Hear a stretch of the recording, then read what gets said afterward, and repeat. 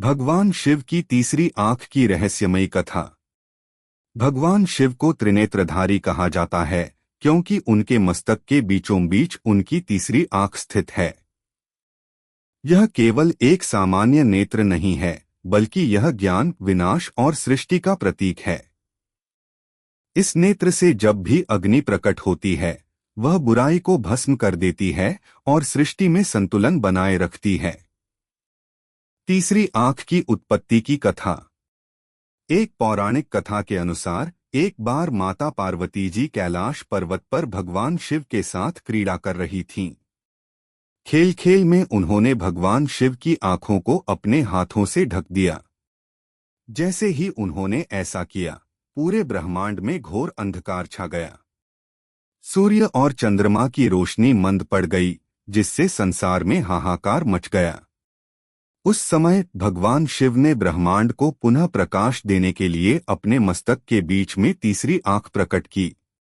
इस आंख से प्रचंड अग्नि निकली, जिसने तुरंत चारों ओर रोशनी फैला दी और संसार को नष्ट होने से बचा लिया। माता पार्वती को यह देखकर शिवजी की दिव्यता का बोध हुआ और वे उनकी शक्ति को और भी अधिक श्रद्धा से नमन करने लगीं। तीसरी आंख और कामदेव का भस्म होना।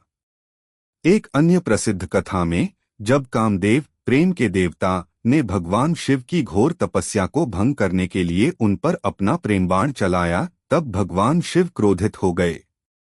उनके मस्तक की तीसरी आंख खुल गई और अग्नि के प्रचंड तेज से कामदेव तुरंत भस्म हो गए।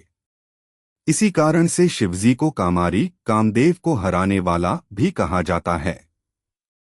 तीसरी आंख का आध्यात्मिक महत्व।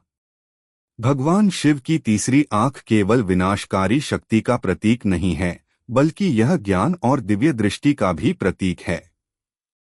यह हमें यह सिखाती है कि हमें सही दृष्टि से परे जाकर सत्य को पहचानना चाहिए।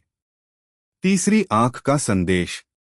यह हमें विकारों, काम, क्रोध, लोभ, मोह, अहंकार को नष्ट करने की प्रेरणा देती है। यह आध्यात्मिक जागरूकता का प्रतीक है, जिससे हम सच्चे ज्ञान की ओर बढ़ सकते हैं। यह भीतर की दृष्टि विकसित करने की प्रेरणा देती है,